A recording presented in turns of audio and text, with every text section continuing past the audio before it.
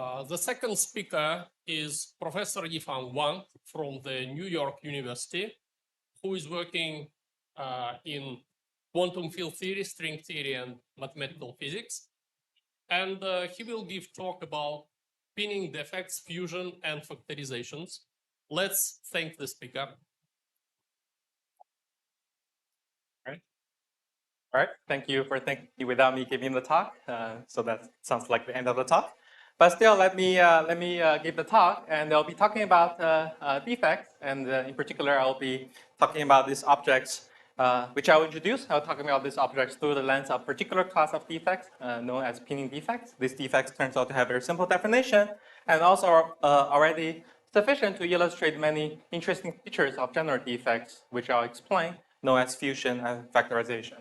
And also, before I start, I should thank the organizers for, organizing this very interesting and fruitful meeting, and for inviting me to give this talk. And the focus of this talk is going to be on the sequence of works done with my collaborators, wonderful collaborators. Here, Fedor Popov is a postdoc at the Simon Center. Sasha is my student at NYU, and Zemo is a postdoc at Princeton. And Himanshu was a postdoc at NYU and now moved on to a biotech company, Schrodinger, which is still related to physics. And pay attention to the expressions of my wonderful collaborators. There will be a small quiz that come up soon. All right. So let me start with some general motivations for why you may want to care about defects. I assume that many of you are coming from different backgrounds in physics and in mathematics. And I want to put out the slogan that really we have been thinking about defects in different ways on a day-to-day basis, even though you may not have been using this word. So the study of defects in physics, to my knowledge, in modern physics is really kicked off by a sequence of very nice works by Jun Kondo in the 1960s, where he was able to explain puzzles of long-time puzzles of physicists since the 1930s about the mysterious minimum in the resistivity of conducting metal at low temperature. Okay, and it turns out that this resistant minimum was explained due to the presence of magnetic impurities in metal, as explained by Kondo in the sequence of papers starting from this one. And since then, there have been generalizations of defects in the precise sense as Kondo introduced them, as impurities and also as boundary conditions.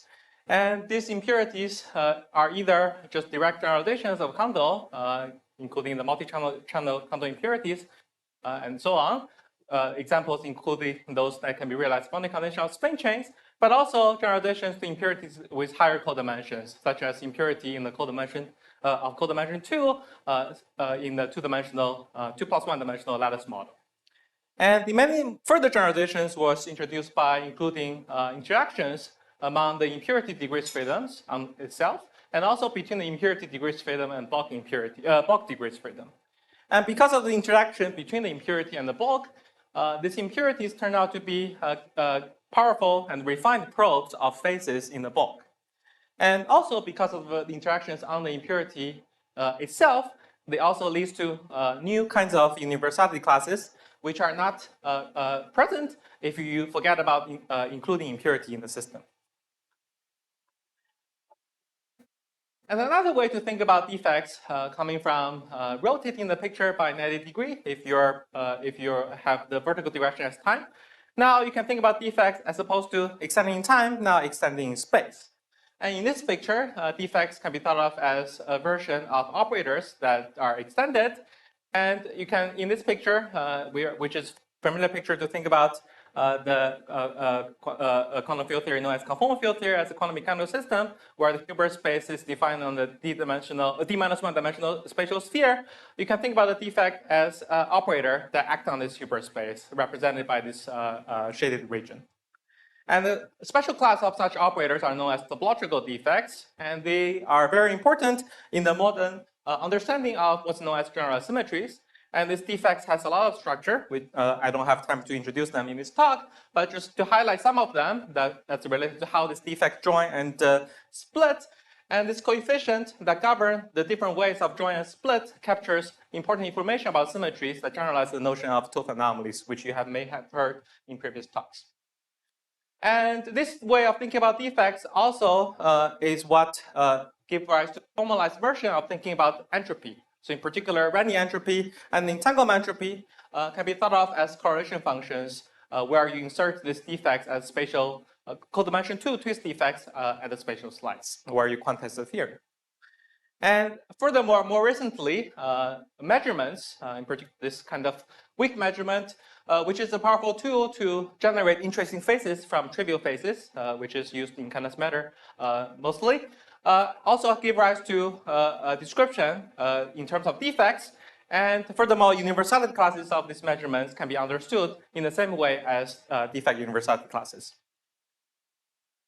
And if you're a more gravity person, defects also are also realized through ADS CFT and string theory in terms of either branes or geometry in the bulk quantum gravity.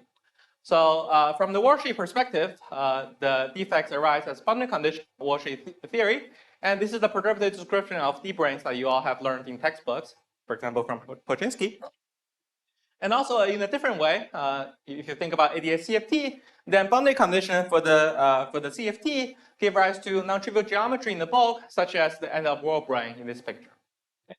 And this bridge via ADS CFT or via string theory that relates defects in field theory to these non-trivial objects in gravity gives us a way to study these objects, which are very hard to study directly in gravity using field theory tools, which are often more rigorous and there are more powerful, even analytic and numerical methods.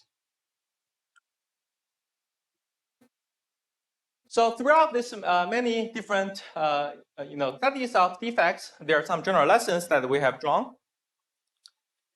One lesson is that the defects, even though you may not have been using this word, if you adopt this language, it provides a unifying perspective on various strong coupling phenomena in quantum field theory. And also, many questions of quantum field theory can be naturally formulated in terms of defects and their observables. For example, the entropy as correlation functions of this Renyi twist defects. And answers then to these questions, once you have formulated in terms of defects and their observables, are going to be tied to understanding the dynamics of defects themselves. Observables of defects and defect dynamics, such as defect RG flows, which controls long distance behavior. And so this is why it's important to study defect dynamics. So how do we go about studying this defect dynamics? Okay. My strategy, and I think it's a strategy adopted by many people, is to instead of so there are complementary strategy. There are a strategy that focus on specific defects and try to solve the defect explicitly by generalizing the bootstrap philosophy. And there is also a complementary philosophy, which is to understand some general patterns in defect dynamics. And in this general kind of goal, there are three sub-directions that one may want to pursue. One is to understand the structural ingredients associated with defects that generalize our understanding in the absence of defects, namely just local operators.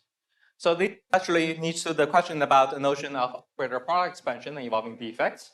And the simplest notion of the operator product expansion you may imagine will be the product among a pair of defects, which is the notion known as fusion.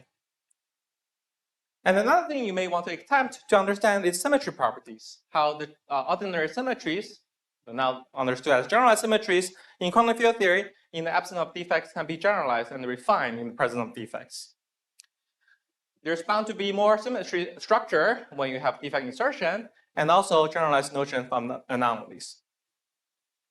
And finally, it will be interesting to study dynamical constraints. So as we know in the usual quantum field theory dynamics, RG monotone is a powerful way to constrain the dynamics of quantum field theory. In the presence of defects, there are also generalization of this monotone. Okay, this is also known as defect RG monotone, that will further delineate the landscape of defects in quantum field theory. Constraints are all very nice, okay? But as theorists, we desire solutions to a given problem than just constraints. And to tackle this harder question, a stronger tool is needed. And this powerful tool is going to be analysis. Okay? And this is a very serious hammer, and it needs a serious person to lift it. And here is the quiz. You can guess who among my collaborators initiated lifting this heavy hammer. Okay. All right, so to kick off the technical part of my talk, I want to start with a very simple question. Okay? It's a question you can give to your students who have taken a quantum field theory class. The simple question is that if we consider RG flow from quantum field theory, but not in the usual sense where you turn on this operator with the coupling throughout the entire space, but instead you turn on this deformation by operator O on the codimension 1 subspace with the coupling H. Okay? And suppose you follow RG.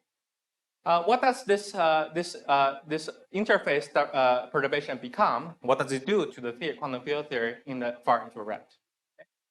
And in order for this to be interesting to study, I want this operator to be relevant. In this case, its dimension will have to be bounded from above by d-1.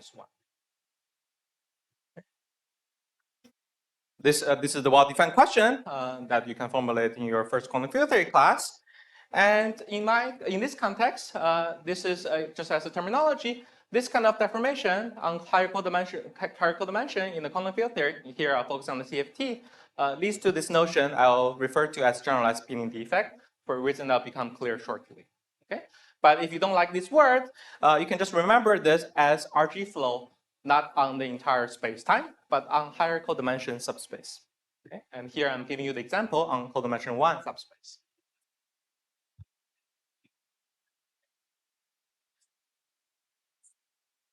Of course, at the intermediate scale, so here I'm talking about infrared. Okay? And I'm assuming the bulk is gapless already. So if you consider some flow together triggering the bulk and on the defect, then there's going to be different. Okay? So if it's a bulk CFD, the concrete statement you can make is that the correlation functions of operator in the bulk, if it's far away from the defect, it's not going to be influenced by the presence of the defect. But if it's CFT, the statement is murkier. So what do you mean by affected? The bulk correlator being affected is murkier. Yeah. Yeah. Yeah. No. Yeah. But what I want to say, yes, but you have to, maybe you want to clarify it's like parallel decay or exponential decay.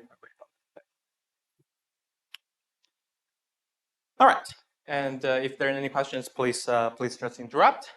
And here, just one historical aside where I want to introduce the terminology. If it's not familiar to you, then this terminology of pinning defect and why I refer to the defects on the last slide as generalized pinning defect.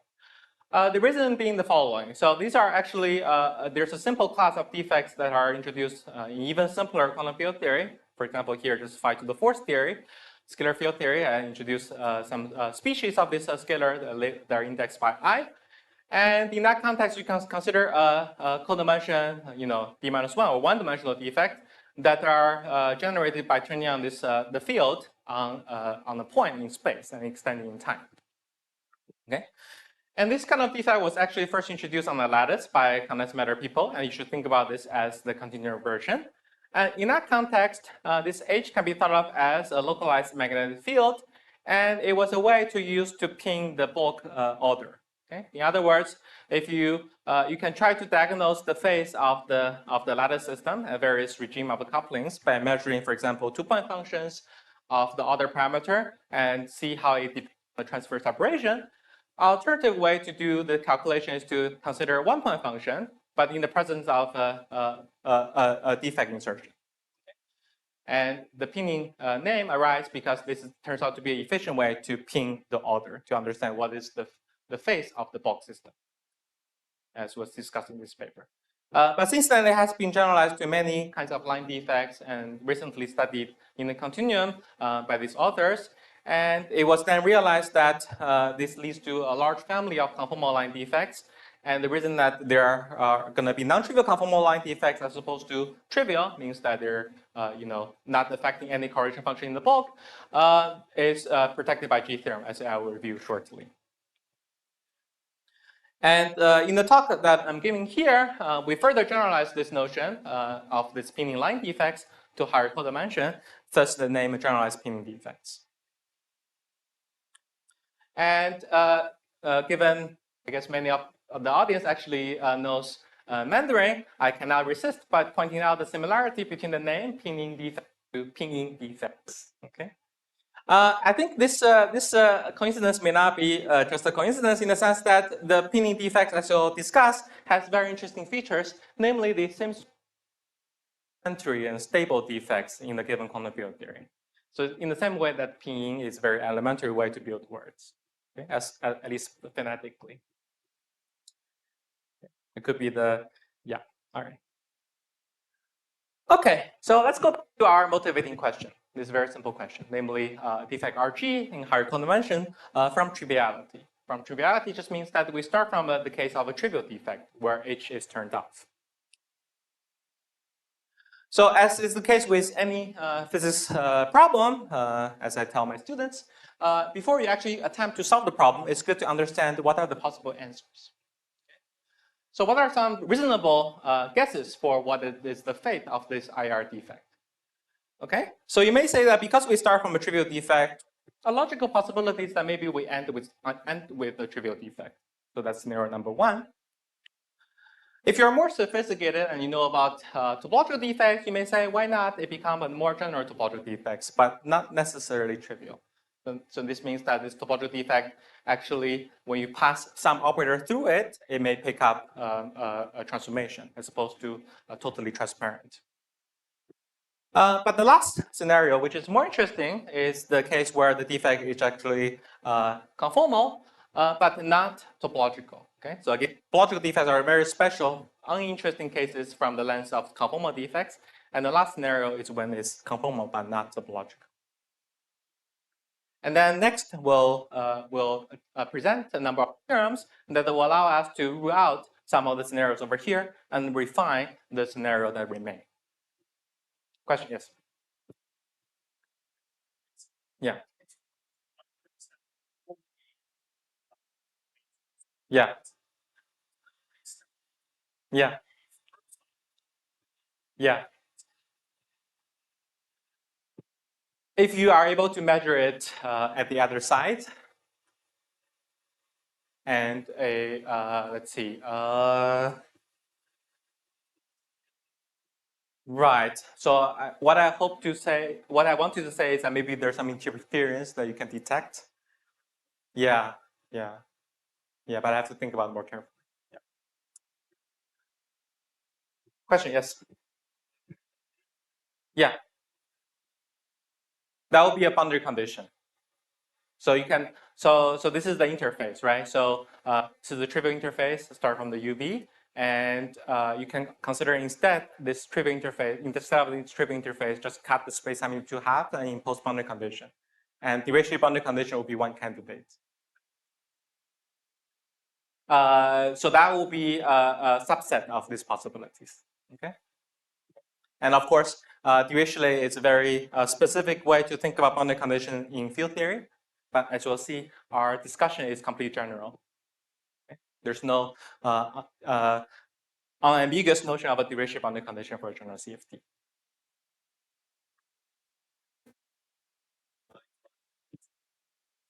You will see, yeah. Okay, the answer is yes. So indeed, so this is jumping ahead. If you see just free scalar field theory, okay, in general dimensions, and if you turn on the mass operator, not on the entire spacetime, but on the codimension slice, you can check it's relevant. Okay, it's step D-2. And the infrared is going to be factorized boundary conditions, and the boundary conditions are precisely the dirichlet boundary condition. But a quiz for you is that happens for one sign of the deformation. If you turn on the positive mass deformation, positive mass square. What happens with negative mass square? Okay. That's a quiz that we'll get back to towards the end. Good. All right, so as I promised, now we'll present a sequence of theorems, 3 theorems that allow us to rule out some of the scenarios that I presented, 3 of them, and also refine the remaining scenario.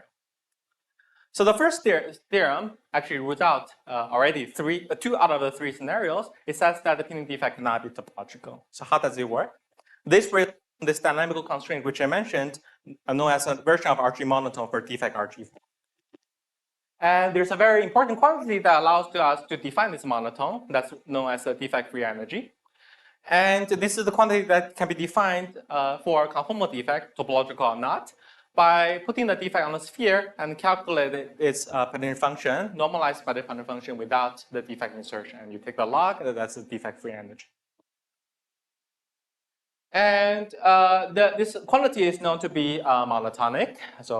So here, G is really the Pattern function. So I'm abusing the notation a little bit. In the case of one-dimensional defects, because I'm looking at codimension 1 flows just for simplicity, this is also known as the G theorem. So this one-dimensional defect is its Pattern function is known as the G function, and this G function for trivial defect is equal to 1. And furthermore, the G function is known to decrease under RG flow. And this was proven firstly by the paper from Friedan and Konnichini in 2 dimensions, but it was also generalized to line defects in higher dimensions by these more recent papers. Okay. Why is this useful? Oh, okay. Let me talk about the other case, which will be relevant for our examples, which is the case that's relevant for 2-dimensional defects in 3-dimensional CFTs. And in this case, the RG monotone is given by the coefficient of the logarithmic divergence of the defect free energy. It's known as the B coefficient. It's analogous to the conformal anomaly for a 2-dimensional CFT, which also controls the coefficient of logarithmic divergence of the CFT Pattern function on S2. And this B theorem says that B, again, decreases monotonically under RG, in this case, the defect RG. And also the B function for a topological defect is equal to 0. Okay? Now, why are these theorems useful? They are useful because a line defect, if it's topological, its G function is bounded from below by 1. So this inequality is that the IR defect can never be topological, trivial or not. Similarly, the B function of a topological defect is always equal to 0. And this inequality says that our defect cannot never be topological. Okay? So this rule out immediately the first 2 scenarios, which I presented before. And as a slogan, I want you to maybe remember, is that there's a protection of defects, these pinning defects, from being screened under defect RG by these RG monotones. It's a very special feature for pinning defects. So if you consider these Wilson line defects, it's going to be a very different story. So as we know, Wilson line defects can be screened. Okay? It's important that we're starting from the trivial defect, where the G function is equal to 0. G function is equal to 1, and the B function is equal to 0. Yeah. Yeah. You start from a decoupled qubit. It's 2. Yeah. Good. And for those of you who have not seen this notion of screening, let me just explain one picture. So here I'm defining the notion of screening in the CFT for defects in the following way. So given a defect, I can always calculate one-point function of bulk primary operators in the presence of a defect. By bulk conformal symmetry, this one-point function will be fixed to this form. The only dynamical information is contained in this coefficient. If this coefficient is 0 for all bulk primary operators, we say the defect is screened. Otherwise, we say the defect is not screened. So in this definition, even topological non-trivial defects correspond to screen defects. Because the one-point function will vanish as a consequence of conformal symmetry. All right. So this is what I just said. The first 2 scenarios are ruled out, and what remains is the more interesting scenario. There are some small caveats that leads to some more exotic scenarios, but we'll not talk about that in this talk. Okay, you can ask me afterwards. Before we go into refine the third scenario, let me just say again some general comments on this generalized pinning flows, not necessarily restricted to codimension 1, which is the focus of this talk. Okay, So as I already mentioned before, these pinning flows can be generalized higher code dimensions, including lines and surfaces. And in all these cases, there's a version of RG monotone that protects the defect in the infrared from being screened. So it leads to always conformal defects.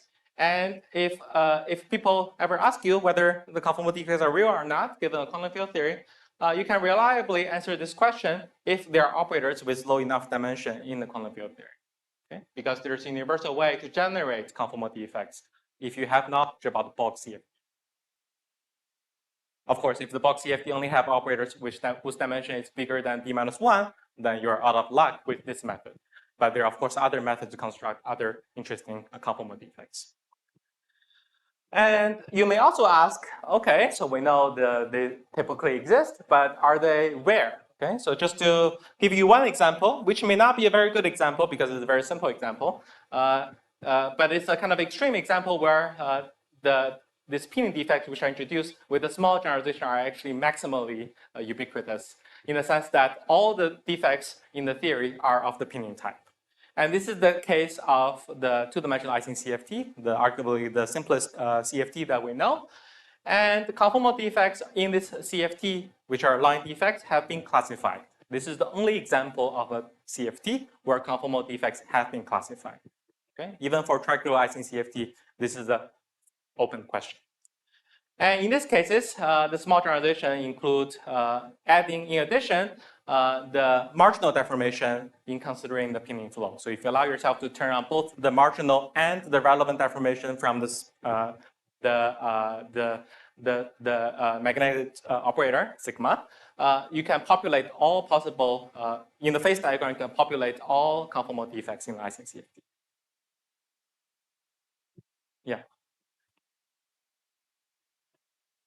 Yeah. Yeah, that's right. Yeah. Because it could become topological, right? Yeah. So it's topological in the beginning. In the middle, it could become non-topological, but it's a possibility to become topological at another point as you move along the marginal direction.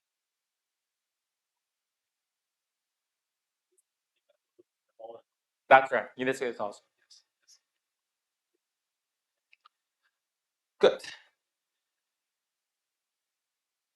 The elementary one. Sorry, it doesn't give the duality defect, of course, because here you start from 1. Good. And if you are familiar with the fusion, which is very important in the context of topological defects, let me just emphasize how different this fusion is in the case of this non-topological conformal defects, as explained in this earlier paper. And in particular, the fusion of these defects, which I thought it should be thought of as a baby version of understanding OPE of these extended operators, has kind of interesting features. First of all, it's not dualizable in the sense that if you fuse the defect with its orientation reversal, you get this kind of idempotent type fusion rule, as opposed to getting on the right-hand side the trivial defect appearing. Okay, so there's no cancellation of insertion of a defect. So this is more striking than the non-invertible symmetry, because for the non-invertible symmetry, where we consider this defect which are still dualizable in the sense that there's still a trivial channel that appear on the right-hand side. Because the right-hand side is not completely trivial, but there's a trivial channel. Here it's more striking because there's just no trivial channel on the right-hand side. And furthermore, yeah, that's right. It's also going to be related to the fact that this is going to be attractors of RGs.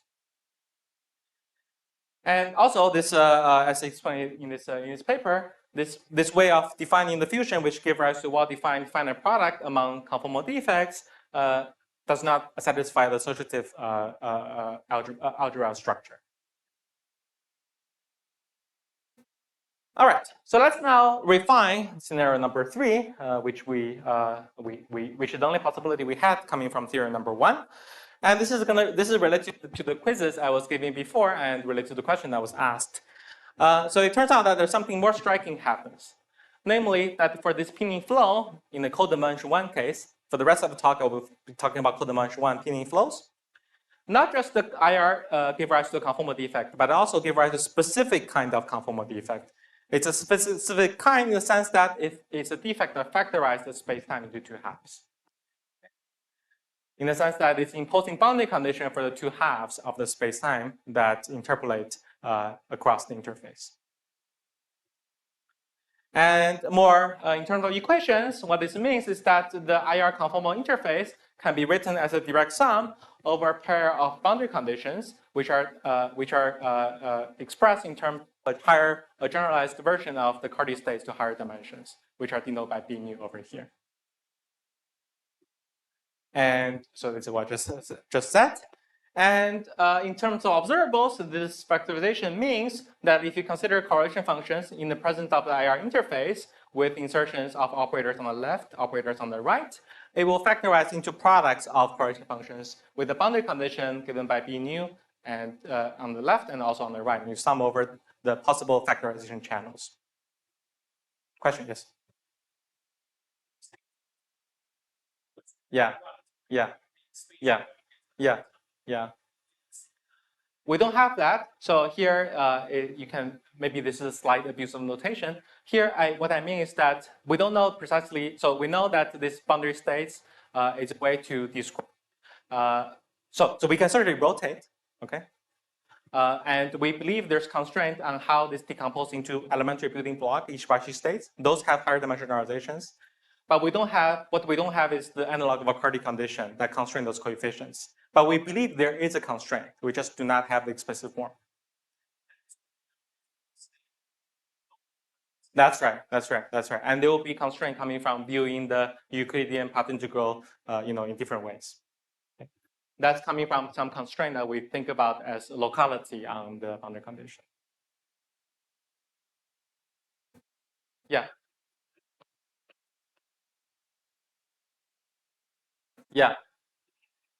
So here I'm being a little bit schematic. So first of all, this direct sum could be integral. There could be degrees freedom that localize at the interface that weakly couples them together. And second of all, even in the case where the sum is discrete, I'm allowing the possibility that are redundant. Okay? So that takes into account the scenario where there's an integer degeneracy. And lastly, the fact that we expect this degeneracy to be only integer is related to the requirement of this being a local defect. So that it makes sense to talk about quantization of the system when the defect extends in temporal direction. And that's where the constraint is coming from. So the locality constraint on these interfaces or more general interfaces or these boundary conditions come from requiring when you quantize the Euclidean theory with this direction as time, it makes sense as a thermal trace. So there's integrality statements, integrality and positivity. But we have not fleshed out that constraint as beautifully as Carty did. Because the building blocks in this channel is very different from the other channel. Okay, there's no modular transformation. Good. And also, what this means, in particular, if you consider stress tensor two-point function, is that the stress tensor two-point function cross interface vanishes. This is the consequence of stress tensor one-point function with the boundary state is equal to 0 as a consequence of conformal symmetry. Okay. So what this means is there's no energy transmission across the defect, which is the intuitive consequence of the defect being factorizing. And as a slogan, I want you to remember is that this pinning defect is a very efficient way to generate what's known as an energy shield because it blocks energy from entering your sphere. All right. So another theorem that will help you to refine scenario number 3 is coming from consideration of symmetry together with this codimension 1 RG flow. And this will lead to constraints on the possible channels, namely this direct sum structure that appear in the factorization formula. And this consideration arises when we think about the RG flow in the presence of topological defects. And for simplicity, I'm presenting the case where the topological defects are generating a generalized zero-form symmetry. Okay, so they're also codimension codimension 1 defects. And these constraints arise when the operator that you turn on to define the flow commute with the topological defect. So themselves are transparent to the defect.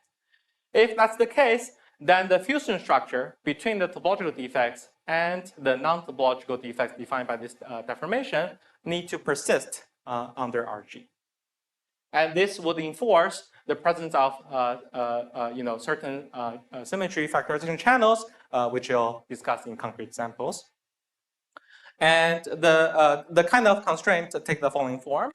So first of all, if you consider the kind of the boring case, which is also perhaps the more generic case, where the operator that you turn on does not commute with any topological defects in your theory, then what we expect is that there's a unique factorization channel. So namely on the right-hand side, this is going to be an irreducible interface.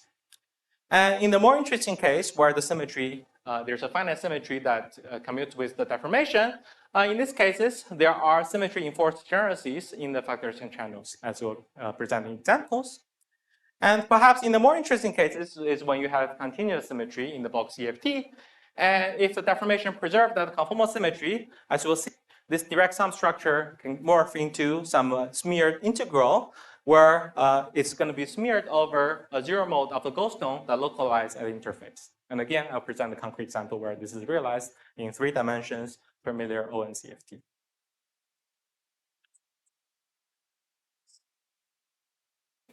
That's right. That's right. Yes. Yes. Yes.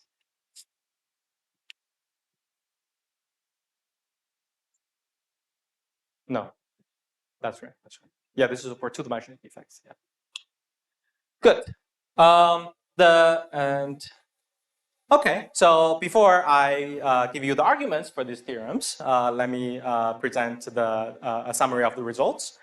So as a consequence of the theorems I presented, there's a following way to characterize the dynamics of pinning defects in the infrared. So we know they are conformal, and more than conformal, they are factorizing. They factorize spacetime into halves, imposing conformal boundary conditions. And furthermore, the factorization channels are going to be constrained heavily by symmetries.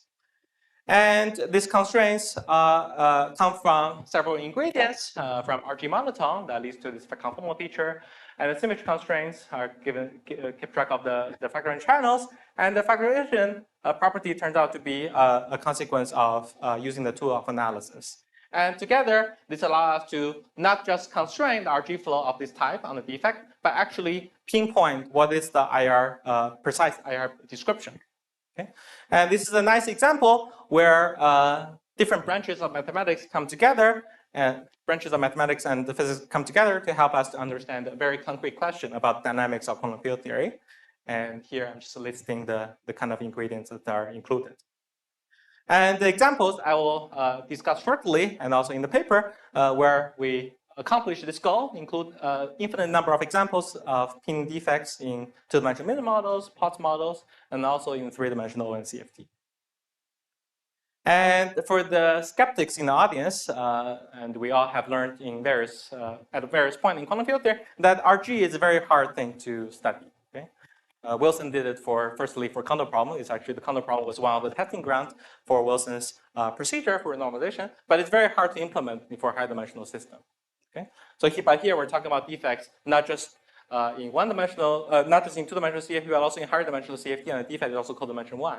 So this seems to be a very hard question. So how can I possibly solve this problem? And the answer is that we're going to be heavily making use of the knowledge about the box CFT. And intuitively, the knowledge about CFT is sufficient if you're strong enough, you can understand completely the possible boundary states. Okay? Although that's still a hard question, even for this case, except for symmetric boundary conditions. And together with the factorization property, you'll be able to greatly limit the possibilities and sometimes fix and deduce the only solution to this RG problem. And before I give you the proofs and the concrete examples, let me just give an intuitive picture of how this factorization and symmetry constraints manifest themselves in specific kind of examples. Okay, so for these examples, I'll be concerned with 2 dimensions. So talking about defect RG in codimension 1, 2 dimensions. So T represents the box CFT, and we turn on this operator phi on the line, and we want to understand the fate of this RG flow. Okay, and for this discussion, to make things self-contained and simple, I will make some simplifying assumptions. I emphasize these assumptions are not crucial to establish the theorems, but it's for simplicity. And the reason for this assumption is to make connection between this defect RG to bulk RG, which perhaps people understand better. Okay? So in other words, I'll be using knowledge about bulk RG on this slide to deduce the consequence of this defect RG. Okay? So how do I relate the defect RG to bulk RG? So intuitively, what we want to do is, so also I'll be assuming this operator plays well with some symmetry in order to comment on some symmetry constraint. Okay. So how do we relate this bulk RG, this defect RG to bulk RG? So intuitively, what we want to do is we want to resolve this RG flow on the line to RG flow on the strip. Okay. That's typically a very subtle thing to do, but it's something you can do if the operator phi satisfies a certain property, namely the OP of the operator phi itself does not generate more relevant operator than phi itself, okay? Apart from identity, which you can renormalize away. Okay? If that's the case, you can safely resolve it. In a sense, I look at observable in the far away in the transverse direction, there's going to be no difference between these two different pictures. Okay? If we're in the top picture now, then we can use our knowledge about bulk RG in this strip region, colored in orange. And if we make the further assumption that this operator phi actually gaps the bulk theory into a TQFT, then we can safely open that TQFT labeled by T-gap over here using what's known as Cardi branes. So TQFT can be factorized in terms of Cardi branes. That's well known, resulting in finite semi-simple TQFT. And the possible factorization channels in this cut is constrained by symmetry. Okay? This is related to the degeneracy of ground states in this TQFT. And once we have factorized this topological region using topological boundary conditions, labeled as nu over here, we can further fuse the topological boundary condition onto an interface between the TQFT and the physical CFT. That's the topological process. We get this picture where I have boundary conditions for the bulk CFT.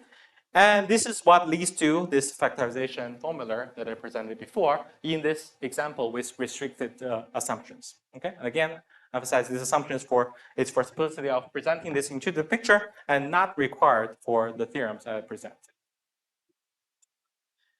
Good. So let's now look at some concrete examples. So the first concrete example I'll discuss is the Ising CFT. This is perhaps everyone's favorite non-trivial field theory, phi to the fourth field theory, sigma to the fourth field theory. And interestingly, it has a fixed point. And the fixed point is described by a very simple theory where there's only one operator of dimension smaller than 1. This is the sigma operator, which could play the role of this spinning flow deformation operator. And because this operator does not preserve any symmetry, there is a single factorization channel. And because of this property is satisfied, namely OPE, it does not generate more relevant operator, we can safely use the intuitive picture in the previous slide or use our more powerful theorem and constrain the possible IR phase of this flow. And also we know the boundary states in the for the Ising CFT very well. They're labeled as plus minus duration boundary conditions and it's free boundary condition. Together with factorization and the constraint from G theorem, and together with the fact that this defect should be orientation reversal invariant, which rule out the possibility of say plus F factorizations, these are the only answers. Okay? So if it's plus sign of this deformation, this trivial interface flows to the factorized interface with plus plus factorization channel, and with the opposite sign with the minus minus. Okay? And the two are also related, even though the symmetry is broken by this flow, the two are related by the fact that this H can be dialed by conjugating with the Z2 symmetry operation. So it's consistent with the fact that these two defects are related by fusing with the topological Z2 defect on the two sides. Okay? Flips the plus into minus. So perhaps this example is too trivial, so look at a more interesting example, the tricular Ising CFT. This is the case with the sextic potential. And the CFT more interesting because it has more primary operators. And among the primary operators, there are 3 primary operators with dimensions smaller than 1, which could be used to generalize spinning flows. And also the boundary states here are classified in this Bloom-Capel notation, where each lattice side you have 3 degrees freedom in the lattice version of this model. This plus minus 0 are versions of duration bounding condition for the model. D is Neumann, and 0 minus and plus 0 are mixed duration Neumann bounding condition for this theory.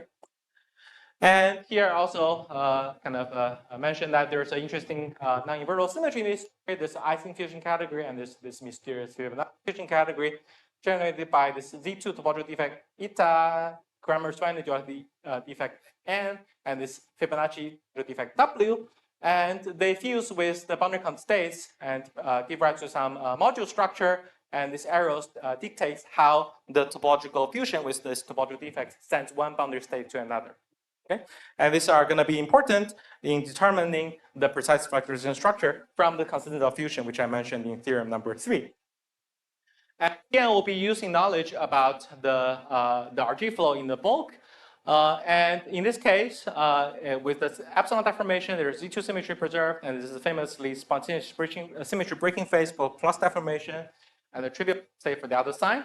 With the sigma operator, the spin operator, again, there's no symmetry preserved, and for either sign, you get a trivial phase in the bulk. Sigma prime operator is more interesting in the sense that there's a Fibonacci that's preserved, and for either sign, because of non-invertible symmetry, there's a symmetry enforced degeneracy, twofold degeneracy, and these degeneracies that you see over here will propagate into the degeneracy of the factorization channels for the flow on the line. And indeed, this is, as I promised, if you study this flow on the line and using the intuitive picture, you can, that I presented a few slides ago, you can completely, together with G theorem and also symmetry, you can completely fix the answers. Okay? And I should say it again, without using the intuitive picture which I presented before, you can also rule out all possibilities except for these using constraints from factorization channel together with G theorem and the constraint from symmetry, namely the interplay with topological defects in the theory. And in the paper, we also present infinite number of examples. Namely, there are examples parameters by for the entire sequence of Miller models with many flows, and also for pulse model, where we give the answers for the destiny of these pinning flows. And I should also say that there's a numerical evidence for these flows, in particular for these cases, in unpublished work by Ananda Roy from Rutgers. All right, so let's now talk about the more interesting case, which is the spinning defects in 3 dimensions, in 3-dimensional OM model. And in this case, we can consider the mass deformation, which I mentioned in localized mass deformation, which I mentioned in response to a question by Jin Bing, but now in the interacting theory. Okay, so if you pay attention to the quiz, and you may have already realized that the sign of H is very subtle in the case without interaction, because without interaction, if the sign is opposite, there's a tachyon and destabilizes the system. Okay, so that question is, so in that case, it's one of the caveat scenarios where it actually leads to what's known as the runaway defects. If you turn H to, if you have a deformation which mass square is negative. But with interaction, this becomes a well-defined question. What is the IR conformal defect under this deformation for plus and minus sign of H? Let's first talk about the case where H is positive. Okay. First of all, I should also mention that you may question whether this mass operator is its dimension smaller than 2, and the answer is yes. It's confirmed from both bootstrap analysis and also from large N analysis. And we also know very well that in the bulk, this deformation, depending on the sign, leads to either a symmetry breaking phase with ghostones or a trivial gap phase. So let's first look at the deformation which H is positive. In this case, the natural expectation is that you have a single factorization channel into these ordinary boundary conditions, which are all symmetric. This is kind of this is in correspondence with the fact that in the bulk you have a trivially gapped phase. And this is the natural proposal from the factorization property, and you can also check it in terms of the constraint from the monotone. But there are also more non-trivial checks directly by calculating correlation functions. For example, you can calculate correlation functions in the presence of this insertion in the bulk CFT versus in the case with a boundary condition given by ordinary universality class. And this is the reason behind this conjecture first made in this paper coming from large analysis. But there's also stronger and much more non-trivial check for this identification, namely in terms of the anomalous dimension of operators. So this operator phi in the bulk, when you bring it to the interface, as happens in general, if the interface is not topological, it develops anomalous dimension. In this case, the anomalous dimension is actually large. And if for this statement to be true, the anomalous dimension that's developed when you bring the operator phi to the interface, denoted by delta phi hat over here, has to agree with the anomalous dimension that you bring phi to the boundary. Okay? And furthermore, there's also a relation like this, which is coming from the fact that this operator, when you define by bringing the bulk phi squared to the interface, actually becomes a product between the phi on the 2 boundary conditions. So this equality has to be true in order for this to hold. And this is, of course, somewhat trivial in the large analysis, but in finite N, it's very difficult. And this is what we did with Zemo and Sasha. using epsilon expansion and resummation at finite n, and comparing in the interface picture, and comparing with the boundary results coming from a fuzzy sphere, and we find very good agreement confirming, giving supporting evidence for this proposal. Now, for the other side of the deformation, we expect something more exotic to happen because of the fact that there are bulk goldstone bosons if you study this flow in the bulk. And indeed, in this ON model, previously there's a interesting class of interfaces. They're studied by this sequence of papers starting from the Matt Malitsky's paper in 2021. That's known as the so-called extraordinary log universality class. And our proposal is that this extraordinary log universality class is naturally falling to our factorization kind of T, in the sense that it can be realized as a smear product over factorized normal boundary condition. So this n hat denotes a normal boundary condition for the ON CFT. It corresponds to breaking the ON symmetry on the boundary to ON minus 1. And the smeared, this smeared integral over the coset ON minus for ON minus 1, which is the n minus 1 sphere, restores the ON symmetry. Okay. And indeed, this is compatible with our factorization, and this is compatible with the large analysis when you calculate correlation functions of operators phi on both could be on the one side of the interface or on two sides of the interface, and you will see it's consistent with this picture in the sense that when you calculate from this right-hand side, it's given by in terms of smeared integrals of products of correlation functions of this operator in the presence of a normal boundary. And you can also ask, what about more general opinion flows? Instead of turning on the operator which preserves ON symmetry, you can just turn on the operator phi itself, which breaks ON symmetry. And in this case, our proposal naturally leads to the following conjecture that the IR interface will become this factorized interface into normal boundary condition, where the direction of this normal boundary condition, it coincides with how you turn on this operator. Question? Yes.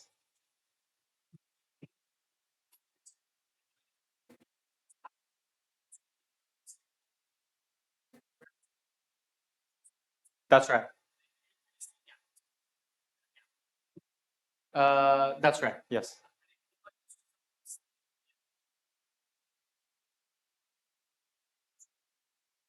Yes. In that case, it's literally decoupled goldstones. Yes. Yes. So that's the in higher dimension. That's characterized by this proportionality sign. So there's some decoupled modes. That doesn't really matter when you calculate bulk correlators. So here, when I think about correlation function of bulk operators, I always normalize by the defect insertion. So the additional gapless modes, they cancel in that observable. So this, you think about this way of describing it is capture the information about how it influences bulk correlation functions. Good. Yeah. What is n equal to 1? In n equal to 1, it would just be normal. Yeah. Oh, it would be the sum. So it would be the plus plus and minus minus. Yeah. Yeah. Yeah, if you don't have coordinate interaction, the RG flow doesn't stop. The G function can get arbitrarily close to 0. Yeah. No, it's not. No, it's not well defined. It's not a conformal defect anymore. You will see that its behavior is different than what you expect from a conformal defect. It's related to the fact that RG flow doesn't stop. I can tell you in more detail afterwards. All right, and with these examples, I hope that you're encouraged to play with your favorite, play this game of pinning flow with your favorite CFT, and maybe discovering new kinds of conformal defect and possibly boundary conditions this way because of factorization property.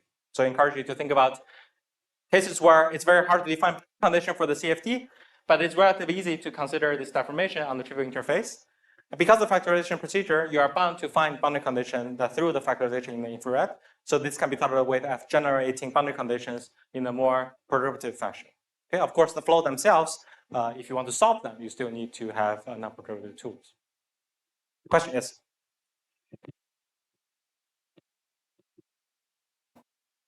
Extraordinary log. So the extraordinary log has to do with So first of all, it's called extraordinary phase. I don't know why it's called extraordinary phase. It's because it's so you have the ordinary phase, and this is the other one. So they have weird names. H equals 0. The trivial interface is known as special, and other signs are extraordinary. Other sign is extraordinary. This sign is extraordinary, and log has to do with the fact that if you measure this Goldstone correlation functions, you will see that they fall off, but they fall off logarithmically. So 1 over log to some power in the transverse operation. Sorry. Well, it's a little bit more subtle because it's not divergent log. It's log in the denominator. Okay? And that's in one of the paper explained by, I think, Gabriel Cuomo. It's logarithmic behavior. So there's no long range order, but it's not power law. It's like, it's 1 over logarithm to some power. All right, so let me sorry? Yeah, so the log behavior, if you take the very, very long distance limit, the log term drops out. Okay, but this log behavior is coming from the fact that this, it's marginally irrelevant. Yeah. Good. Yeah.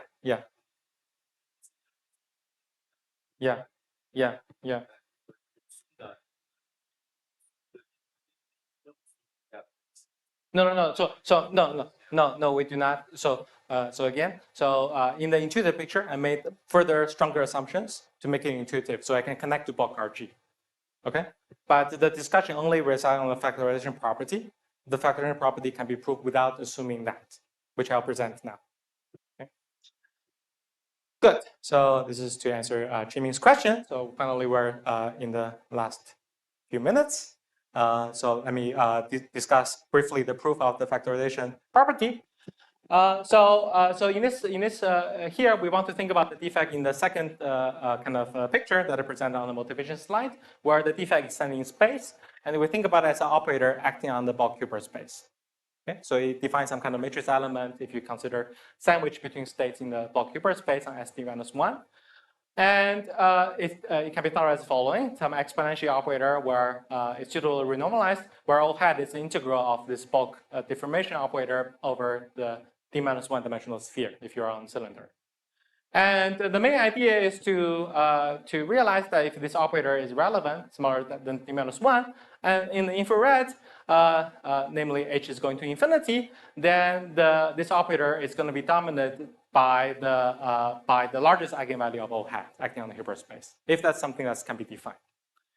And then it suffices to show that eigenvector with the largest eigenvalue are actually realized by special state in the bulk Hilbert space. Okay, again, we'll have to think about the states carefully. But there are these Ishibashi states, and if these Ishibashi are indeed realizing the largest eigenvalues, then one can say that this defect in the limit becomes projectors in the Ishibashi states.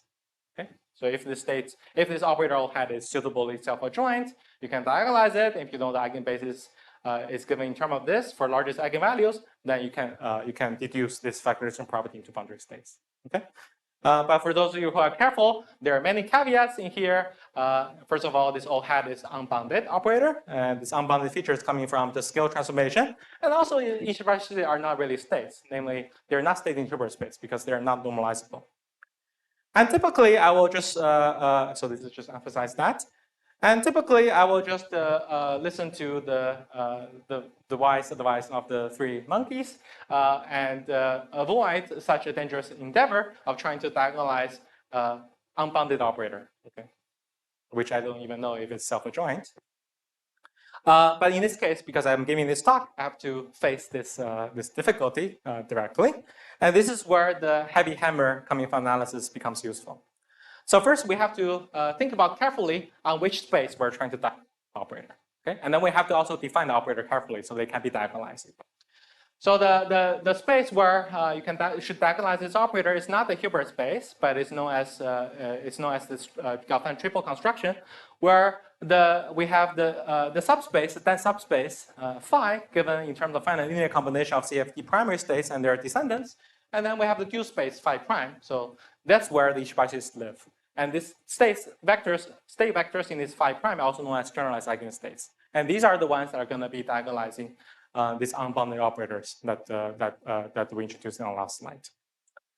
And but still, the operator O hat we have is worse than unbounded in the sense that it doesn't really even have a dense domain on any of the space over here.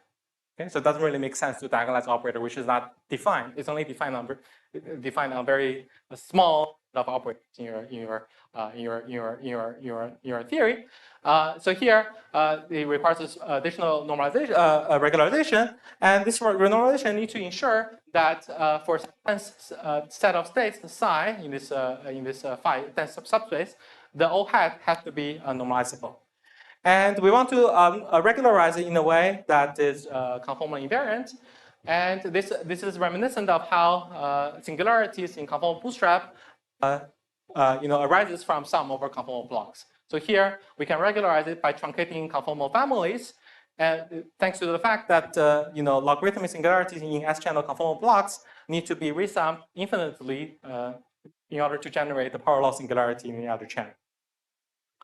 And this way, we can define the self-adjoint regularized unbounded operator, which can be diagonalized on this Yifan triple, and safely conclude that the largest eigenvalue are realized by Ichibashi states as generalized eigenstates, and then leads to the conclusion that indeed the pinning defect factorized into boundary conditions, conformal boundary condition for block CFT, and our monkey is happy. And just to summarize, I've introduced generalized pinning defects and RG flows in higher codimensions.